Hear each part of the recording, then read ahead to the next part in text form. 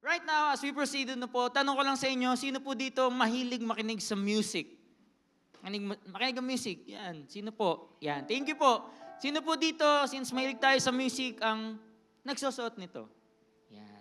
So, usong-uso po yan ngayon, napapanahon, wireless, tama po? Ano po yan?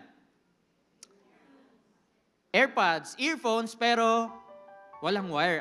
Convenient siya. Ano po? Kaya sinusuot siya. Nakikita po natin yung mga nagja-jogging, sinusuot po yan. Saan po yan madalas? Sa biyahe? Sa bahay, nagsusuot po ba kayo niyan sa bahay? Opo, no, sa bahay para syempre convenient, hindi hassle, no po. At alam niyo po, meron akong kakilala, no po, na mahilig siya sa music and mahilig din siya magsuot niyan.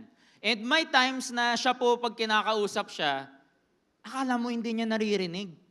No? Kakausapin siya, tatanungin siya, hindi siya magre-react or hindi siya magre-respond.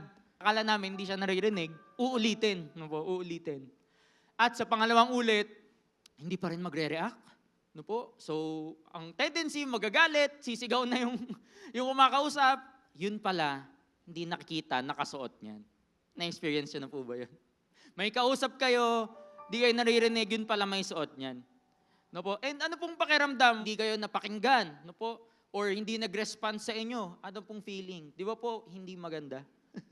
No po? Para bang tayo ay hindi napansin. We feel ignored, no po? At isa pa, no po, ano pa naman pong pakiramdam ninyo pag sa social media or sa text or sa chat, sa messenger, kayo po ay, anong tawag dito? Zine zone. Scene zone, no po? Kayo po ay hindi na-replyan. O hindi na-replyan. Na-experience po natin yan, no po? Na-experience natin, no po? Common po yan. Sinisin ka lang. Ano pong feeling? Masaya po bang masin? Hindi po, no? So, hindi masayang masin, syempre. And, how about dito po, no po, as we pray, no po. Nagpipray ka ba, kapatid? Amen. Wow, no po. Nagpipray tayo. Gaano kadalas po tayo nagpipray? Tanong ko sa inyo. Palagi. Palagi, madalas? Baka po nakakaligtaan na natin, ha? No po. Ano naman pong pakiramdam na pagka nagpipray tayo, para bang walang nangyayari? Or para bang hindi siya nasasagot? No po? Ano pong feeling na if nothing happens when you pray? Feeling nyo po, hindi kayo napakikinggan, hindi kayo nakikita ni Lord. Umaga, hapon, gabi, nagpipray tayo, pero para bang walang response si Lord. Naramdaman nyo na po ba yan, kapatid? Po? At some point in our life, this happened, mga kapatid. And ang tanong, pwede nating maisip, nakikinig ba talaga si Lord pag nagpipray ako? Sa tingin nyo, kapatid, nakikinig ba si Lord pag nagpipray ka? Yes! Yan, ang lakas. Tama po. Nakikinig si Lord. God is really listening. No po? Pagdating kay Lord, never na hindi tayo napansin. No po? At ang sabi dito, in Psalm 34 verse 17, sabi dyan, is anyone crying for help? No, si David po yung sasalita dito. Is anyone crying for help? God is listening. Ano daw po? God is listening, ready to rescue you. At ang sabi dito sa verse na to, is anyone crying for help? Pag may kailangan ng tulong, si Lord nandiyan dyan, nakikinig, ready rumescue, ready rumesponde. Ano po? Hindi pa nagpipray yan, ha? Kailangan pa lang ng tulong. Paano pa pag nagpray ka, kapatid? No, lalong makikinig si Lord. No, lalo siyang ready to help, ready to rescue. Amen po ba doon? Amen. God is listening. Pwede ba natin sabihin ng malakas? God is listening. Nakikinig si Lord sa atin, no po. And tuloy po natin. Ang pag-uusapan natin for today is prayers are powerful, no po. Totoo po, agree po ba kayo doon? Makapangyarihan ng panalangin, tama po ba?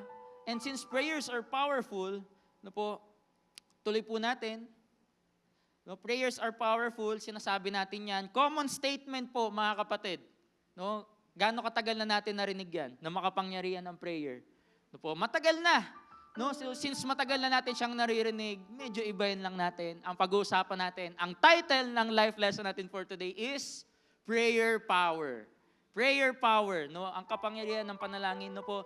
Now, ito ang tanong. Tanong ko sa inyo ulit, kapatid. If prayers are powerful, why do we give up sometimes? No po, sa prayer life po ba natin, sa prayer journey natin, sa buhay natin bilang Kristiyano, Meron ka na bang panalangin na sinukuan, kapatid? Meron ka na po bang prayer na sobrang tagal na hindi pa rin siya maging answered prayer? No po, na siguro 1 year, 3 years, 5 years, 10 years na siyang pinagpipray mo pero di pa rin nangyayari? Na-experience nyo na po ba yun? No po, pero sinasabi natin makapangyarihan ang panalangin. No po, pero bakit tayo sumusuko? May times na sumusuko tayo. No po, tama po ba? And since yan po ang ating usapan, no po, ang pagsuko sa panalangin, ang kapangyarihan ng panalangin, punta po tayo sa Bible. Sa Bible, mayroong parable na tinuro si Jesus. Ang title po, The Parable of the Persistent Widow. No po, samahan niyo po ako, basahin natin. Basahin natin sa Bible in Luke 18 verse 1 to 8. One day, Jesus told His disciples a story to show that they should always pray and never give up. There was a judge in a certain city, he said, who neither feared God nor cared about people. A widow of that city came to him repeatedly saying, "Give me justice in this dispute with my enemy." The judge ignored her for a while, but finally he said to himself, "I don't fear God or care about people, but this woman is driving me crazy. I'm going to see that she gets justice because she is wearing me out with her constant requests." In verse 6, then the Lord said, "Learn a lesson from this unjust judge. Even he rendered a just decision in the end. So don't you think God will surely give justice to His chosen people who cry out to Him day and night? Will He keep putting them off? I tell you, He will grant justice to them quickly. But when the Son of Man returns, how many will He find on the earth who have faith?"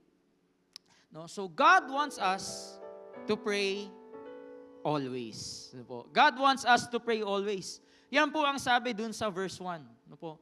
Jesus told them a parable to show them that they should always pray and not give up. So ang purpose ni Jesus, kung ba't niya kinukwento yung parable na to, kung ba't niya tinuturo sa atin to, is gusto niya na lagi tayong mag-pray. Hindi lang po mag-pray, sabi always. Pwede ba natin sabihin ng malakas, always. Lagi kang mag-pray, kapatid. Lagi tayong mag-pray. No po? And not give up, sabi po ni Jesus. So, always, when we look at that word, ang sabi dyan, always is, anong ibig sabihin? At all times. On all occasions. Mga kapatid, baka mamaya nagpipray na lang tayo bago kumain. No po? Baka mamaya, pagkagising natin, nakakaligtaan na natin mag-pray. No po? Or ang prayer natin, baka minsan sa isang araw, wala na. Huwag naman po sana, kapatid. Ang sabi ni Lord, mag-pray tayo lagi. Ano man ang okasyon, ano man ang pagkakataon, all times. Kapatid, happy ka man or sad ka, may problema ka man o maginhawa ka, manalangin tayo, kapatid. Kasi po minsan, nakakalimutan na natin pagka tayo'y blessed na blessed, di ba? Pero pag tayo'y nangangailangan, pag tayo'y talagang gipit, di ba? Doon lang natin lagi naalala mag-pray. No po, ang sabi ni Lord, pray always. No po, and why do we need to pray always? Bakit nga ba kailangan lagi tayo magpipray? No, bakit ba may requirement ba yan, no, na lagi mag-pray or pagka ba isang beses lang ako nag-pray sa isang araw, mali na ba yan? Why do we need to pray always? No po, because praying is essential. Mahalaga ang pananalangin. No po, kasing halaga po siya ng ating pagbabasa ng Bible, kapatid, kasi kung walang panalangin, no po, bilang Kristiyano, no po, mahirap. Kasi ito ang communication natin kanino po? Kay Lord. No po, dito tayo nakikipag-usap kay Lord. No po, sinasabi natin yung nasa heart natin, praying is essential. No po, praying is essential. And since prayer is essential, no po, minsan, alam niyo po, ang panalangin masyado nang nagiging basic sa Kristiyano. No po, minsan, nagiging underrated siya. When we say that, no, hindi siya masyadong nabibigyan ng pansin. No po, or sinasabi lagi, prayer, alam ko na yan. Alam ko na dapat mag-pray lagi. Alam ko na dapat hindi lang ako mag-pray pag malungkot ako, pag masaya din dapat, pag maginawa, pag blessed. We should always pray. But kapatid, ito ang kailangan natin. We should have the prayer starter pack. No po. It means yung kailangan natin kung tayo ay mananalangin. Ang kailangan natin when we pray, at tinawag ko lang po siyang the prayer power pack, no po, para mas maging short pakinggan. Ano po. And ano po ba yan? Based po dun sa story, no po, dun sa widow, petition. Una pong point natin would be petition. The petition of the widow. In Luke 18 verse 2, sa storya po natin kanina, a widow of that city came to him repeatedly, saying, "Give me justice in this dispute with my enemy." Po, imagine niyo kapatid may isang widow dun sa city na yon, paulit-ulit po siyang lumalapit dun sa judge ng city. Paulit-ulit, repeatedly, sabi. Repeatedly siya lumalapit, kailangan ko ng hustisya. Kailangan ko po ng hustisya. Kailangan ko pong maitama to. Paulit-ulit po niyang sinasabi yon. At kapatid, naranasan mo na bang mainis kapag may paulit-ulit? Gusto mo ba yon kapatid, yung paulit-ulit? Ayaw po natin. Bakit po naiinis o naiirita ang tao pag paulit-ulit? No po? Bakit po? Una, sayang ang effort. Tama po ba? Sayang effort mo, paulit-ulit eh. Nasabi mo na ng isa. Ha? Ano ulit? Sayang naman yung kwento mo, di ba? Sayang ang oras. No? Sayang laway mo, kapatid. Sayang oras. No po, imbis na nakausog na kayo dahil pinaulit pa niya, minsan ang haba pa, diba? Paulit, di ba? Sayang time. No po, naiinis ang tao pag paulit-ulit. Pero sa kwento na to, yung widow po, paulit-ulit siya. No po. And pagdating kay Lord, si Lord nakikinig siya. Kahit tayo ay paulit-ulit. Amen po ba? Amen. God will listen to our request. Ang sabi dito in Philippians 4:6, "Do not be anxious about anything, but in every situation." Ano man ang sitwasyon mo sa buhay, kapatid? By prayer and petition, with thanksgiving, present your request to God. Kapatid, nung may pasasalamat sa puso, ano man ang sitwasyon mo, ilapit mo kay Lord. Ilapit mo kay Lord, kapatid. And the Lord will listen. And who we are and what we have does not matter. Bakit ko po ito nasabi? Kasi po sa storya, isa po siyang widow. At kapatid, ano man ang status mo sa buhay, sino ka man, kapatid, ano man ang meron ka, hindi po titignan ng Lord yun. Basta ikaw ay manalangin, si Lord ay makikinig sa'yo. Amen po ba? A widow of that city came to him repeatedly saying, "Give me justice in this dispute with my enemy." Siya po ay may kagalit na po, or may enemy po siya. Sabi po dito sa kwento. At yun po ang kanyang request. Kapatid, ano ang request mo kay Lord? Meron ka bang panalangin ngayon? Meron ka bang hinihingi kay Lord ngayon? Amen. No po, lahat po tayo may kagustuhan. May hinihingi tayo kay Lord. Pag nagpipray ka, kapatid, ilapit mo kay Lord yan. Ilapit mo sa Panginoon. And wag mo isipin kung ano ka. Wag mo isipin na, Lord, nakakaya naman. Wag mo isipin, kapatid, dahil pakikinggan ka niya. And alam niyo po to, ang picture na to, ito po, napapanahon. No po, ang pagbaha sa Pilipinas. No po. So, kaka-issue po sa Pilipinas dahil dyan, dahil po sa flood control. No po, marami po ang nagkakagulo, flood control. No po, at ang sabi ni isa pong mayor, no po, si Mayor Vico Soto, dapat wag kalilimutan ang pag-aayos niyan. No po, dapat maging matino ang pag-aayos niyan. No po, dapat matino, no, dapat hindi kung saan-saan napupunta ang pondo para diyan. No po, dahil yun ang tama. No po, huwag kalilimutan. Yun ang petisyon ng mamamayang Pilipino. No po, mapunta sa tama ang pondo para hindi mapahamak ang mga Pilipino. No po, para hindi bahain, no po, ang mga lansangan natin kasi po mahirap eh. No po, gusto niyo po ba ng baha? 'Di ba po hassle sa atin 'yun? 'Di ba po ang hirap pag binabaha, maraming napapahamak. No po, maraming nadidisgrasya.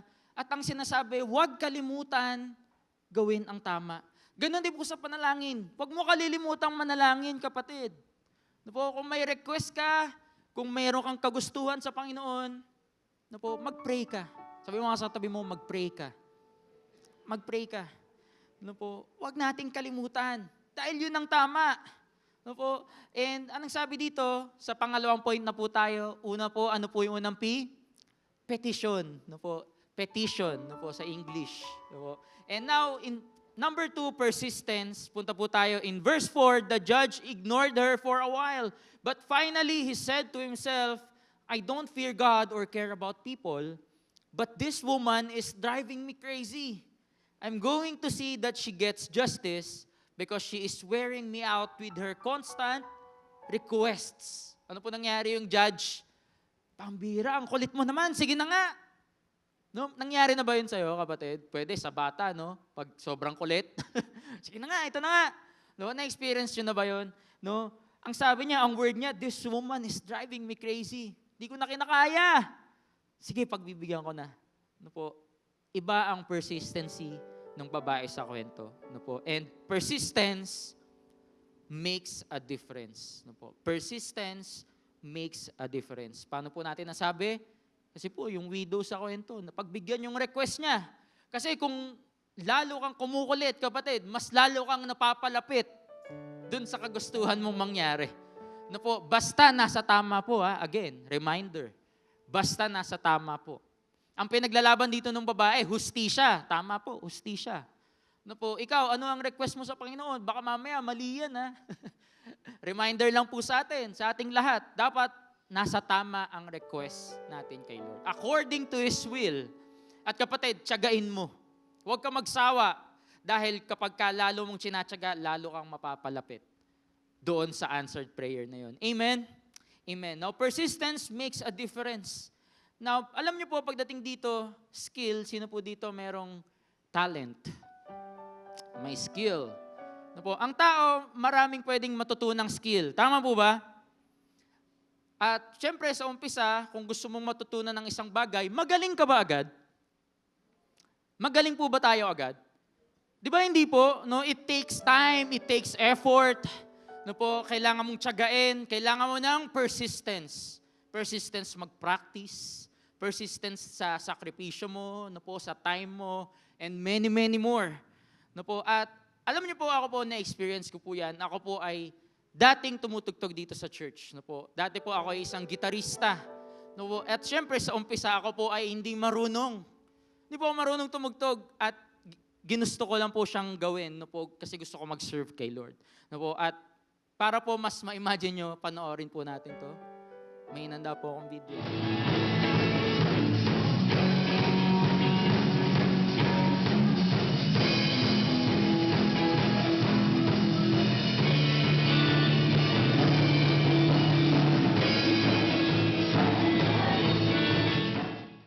Okay, yun. So ako po yan 10 years ago, tama? 10 years ago. So ang unang ministry ko po ay pagtugtog. No po? At kung nakita nyo po sa video, ang kanta po doon ay mabilis. Pero ang pagtugtog ko ay parang sobrang slow motion eh. Di ba? So, yun po, hindi po ako gifted no po sa pagtugtog. Pero ako po ay naging persistent. No po? Kaya naman po, siguro naawa na lang si Lord. Sige, magbibigyan kita sa gusto mo. Ako po ay nakatugtog naman po ng matagal dito sa church. Praise God. No po, glory to God. And ito po, makikita natin no po, na kahit sino, kaya mong gawin eh. Kaya mong matutunan. No po, persistence makes a difference. Totoo po yan. No po, at unti-untiin mo lang, kapatid. Tiyagain mo. No po, huwag kang magsawa, huwag kang titigil. Sabi ni Lord, always pray and do not give up. Huwag kang sumuko.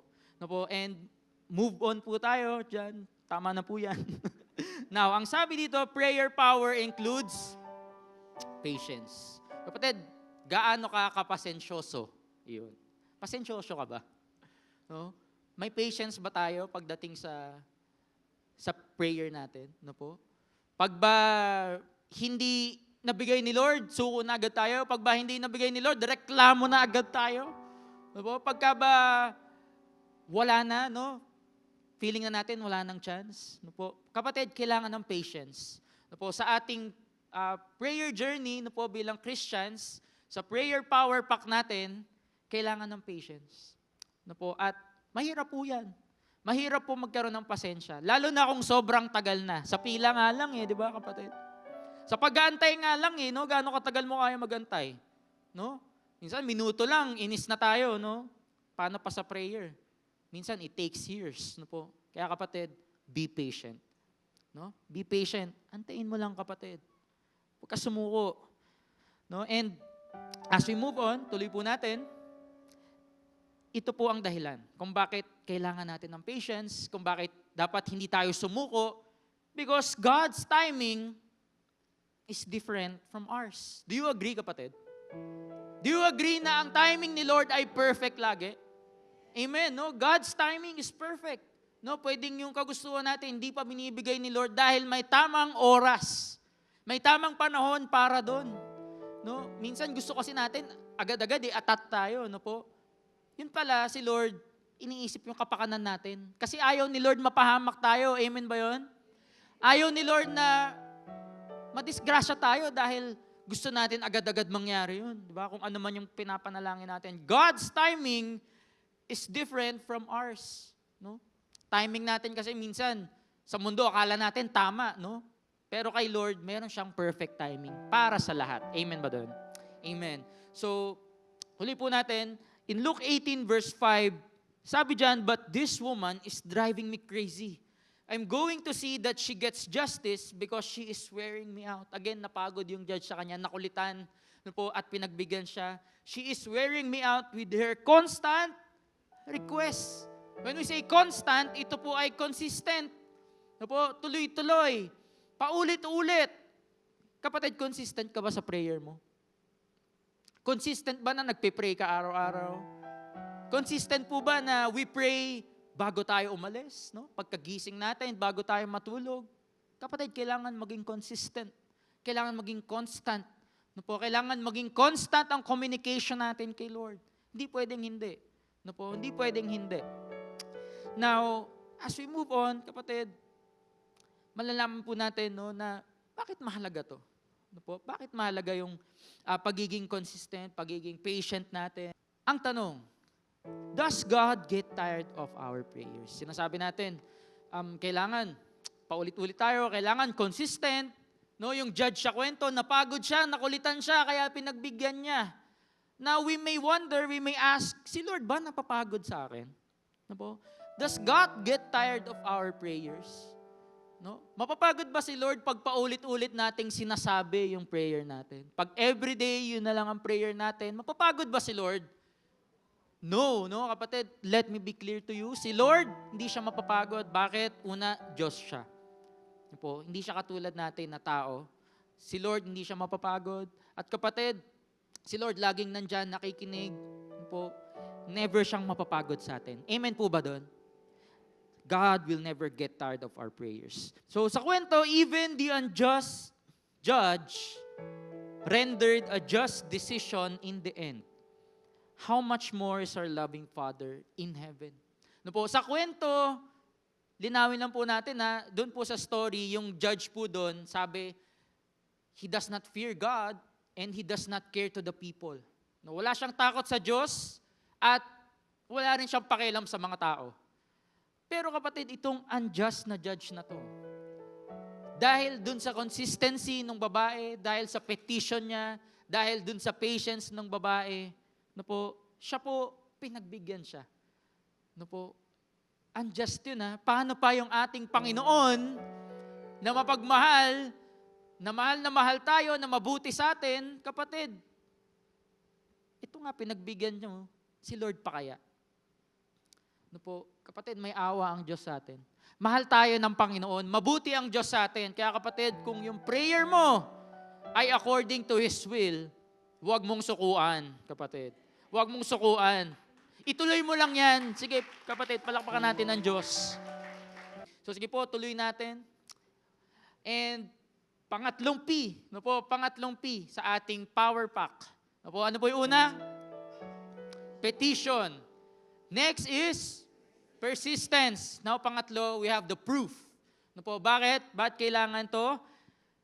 Sabi sa Luke 18 verse 8, when the Son of Man comes, will He find faith on the earth? Now, napapaisip po tayo, no? Bakit sa dulo ng parable, sinabi po ito? No po, kasi sa una, sinabi, you must always pray and never give up. And napagbigyan yung request. Then sa dulo sinabi, when the Son of Man comes, will He find faith on the earth? ng faith, yan po ang magiging proof, no po, na tayo po ay nandito sa world bilang Christians, no po, dahil naniniwala tayo kay Lord, no po.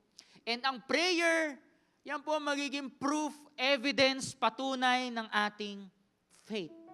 No po, hindi pwede na pag nagpe-pray ka, kapatid, wala kang faith. Amen po ba doon? Sino dito may faith kay Lord? Taas ang kamay. Kung faithful tayo kay Lord, sinasabi natin, naniniwala tayo sa Kanya. Mag-pray ka, kapatid. No po, hindi pwedeng mawala ang prayer sa Kristiyano, sa faith natin.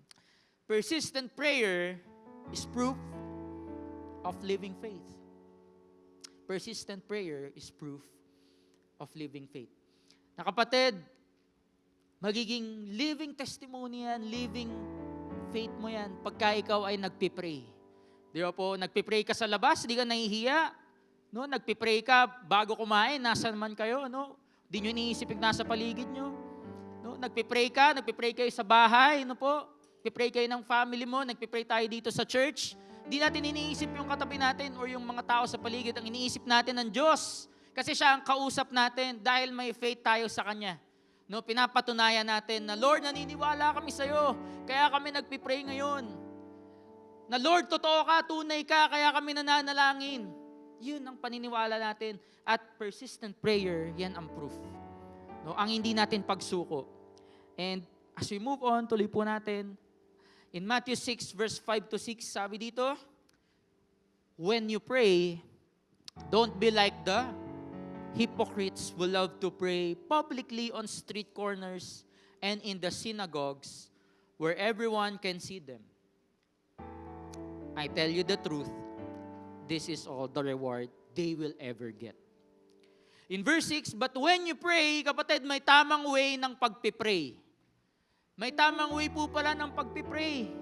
But when you pray, go away by yourself, shut the door behind you, and pray to your Father in private. Then your Father who sees everything will reward you. No po, kapatid, dapat po pala pag nagpipray, hindi tayo yung nagpapasikat. Dapat po pala hindi tayo yung pakitang tao. Dapat po hindi yung para glory to me, hindi po yung ganun. Ano kasi sabi, that is all the reward they will ever get. Yung glory nasa akin, yung papuri nasa akin. Ang galing ko mag-pray eh. No po? Minsan, ganun na pala yung nagiging motibo natin, kapatid. Hindi po pala dapat ganun. No po? Sabi dito, when you pray, dapat maging sincere. Yun po ang ibig sabihin niya dyan. Dapat maging authentic ka, kapatid, sa pagpipray. No po? Dapat maging earnest ka. Nasa puso mo yung prayer mo. No po? Nasa puso. No, hindi kailangan yung sobra-sobra. No po? Hindi kailangan yung para, uy, kasi maganda sa pandinig nila to, ito yung ipagpipray ko. Ito yung sasabihin ko. Gusto ko mapansin nila ako eh. Hindi po. Dapat genuine. No? Kasi yung faith natin nandun kailangan eh. No po, para kay Lord to eh. Sinasabi natin sa Kanya. Directly. No po, yan po ang tamang way ng pagpipray. No po, yan po ang tamang way ng pagpipray. Para ang reward mismo kanino mang galing? Kay Lord. Our Father who sees everything. Hindi ka lang niya napakikinggan, nakikita ka rin niya.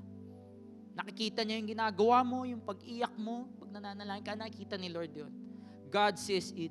No po, and patuloy po natin. Yan. Share ko lang po sa inyo that faith gives power to our prayers. No? In this verse, the earnest prayer of a righteous person has great power and produces wonderful results. Human as we are, and yet, when he prayed earnestly that no rain would fall, no po, si Elijah po ito, fell for 3.5 years. Nagpray po sa Elijah na wag umulan. No po? At nangyari. No po? Akalain niyo po yun? Nagpray na wag umulan at nangyari. No po? Then when he prayed again, the sky sent down rain and the earth began to yield its crops. No po? Ang context po nito, no, inexplain sa umpisa. No po, na ang prayer ng righteous na person ay mabisa. No po? More powerful, has great power and produces wonderful results. So si Elijah po naging mabuti siya. Namuhay po siya bilang righteous. At alam niyo po, no, kaya po pala dito sa church, na-realize ko lang po no, na bakit ang pag may bagong sasakyan, no, pinapa-pray kay pastor, pinapa-dedicate, no, pag meron tayong mga bata, no, pinapadedicate din kay Lord. Ang business, dinededicate kay Lord. No po, dahil kino-consider natin na ang taong nagsiserve kay Lord, no po, servant ni Lord, no po, it gives power to the prayer. No po, a righteous person has great power and produces wonderful results. Ang panalangin po ay napakamakapangyarihan. Kaya kapatid, mag-pray ka, patuloy kang manalangin, patuloy kang kumapit sa Diyos, kausapin mo ang Diyos, kung ano laman ang puso mo, naririnig ka niya.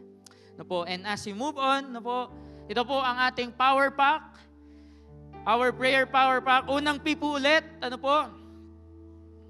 Petition. No po, huwag mong tigilan, no po, kung ano ang request mo, i-present mo kay Lord. Pangalawa, persistence. No, don't stop praying, never give up. Huwag mong sukuan, pagpatuloy mo lang yan. And pangatlo, ang ating proof. No po, the proof, no po, of our faith here on earth is our persistent prayer, kapatid. No, our persistent prayer. So yan po ang ating prayer power pack. No po, and let me end with these verses. No po, sabi dito, Matthew 7, sige po, pakituloy, verse 7 to 8, keep on asking. Kapatid, ano man ang laman ng puso mo, ano man ang gusto mo, kagustuhan mo, ang desire ng heart mo, keep on asking. And you will receive what you ask for. Keep on seeking, and you will find.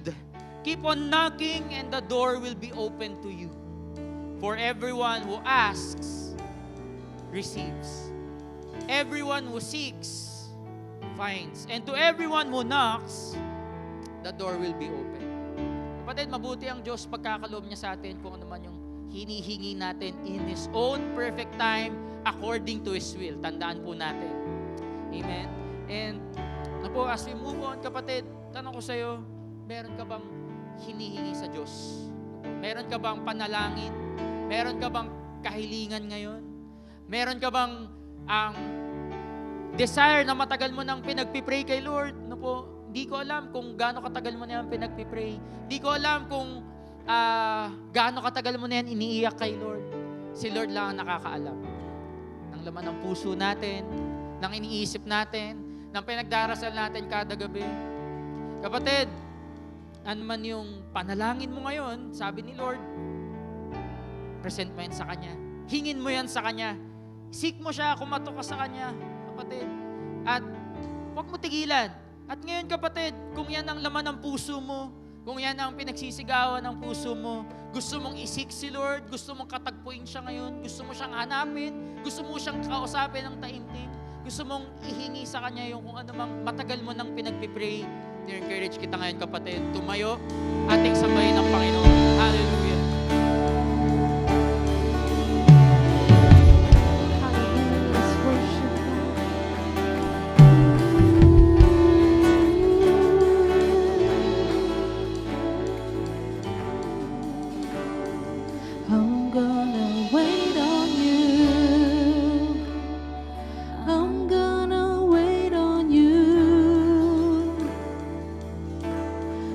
Tasted your goodness.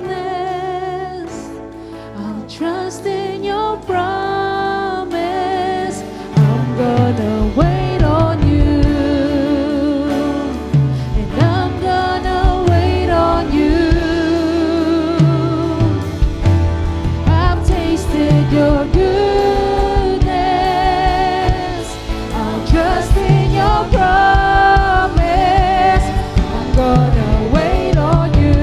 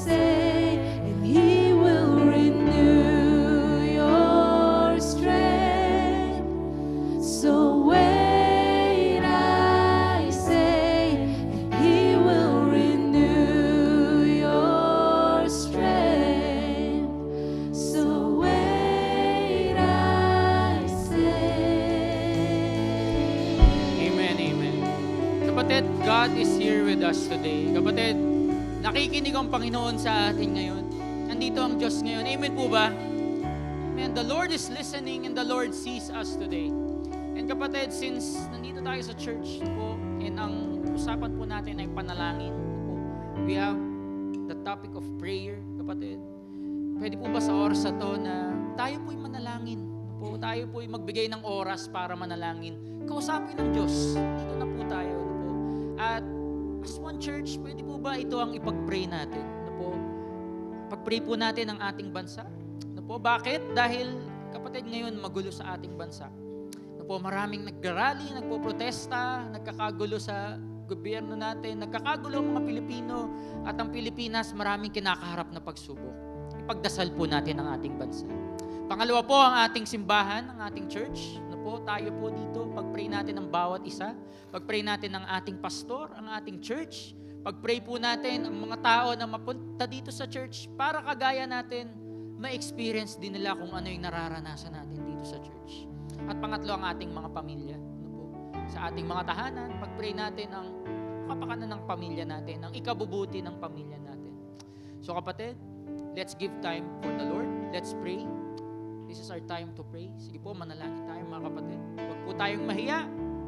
Manalangin tayo sa Panginoon. He is here with us.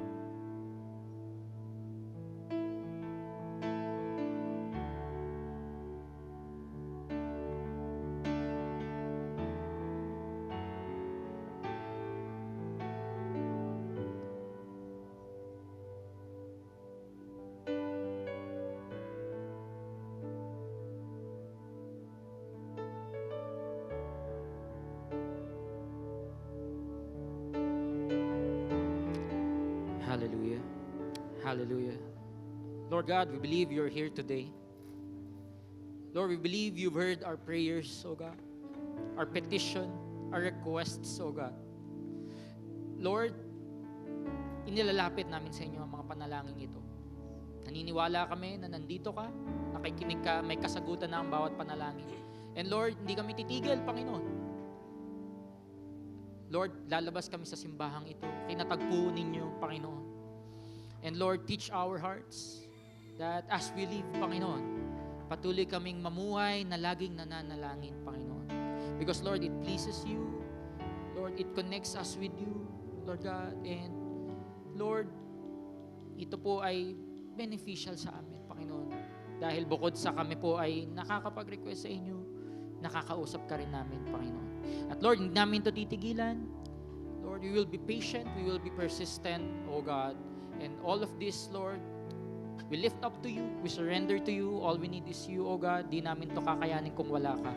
Panginoon, nagpapasalamat kami sa inyo ng buong puso, nananalangin kami ng taos puso, at kami po'y patuloy na mananalangin para po katagpuin ninyo, Panginoon. Maraming salamat, Lord. This is our prayer. In the name of the Father, and of the Son, and of the Holy Spirit. Amen.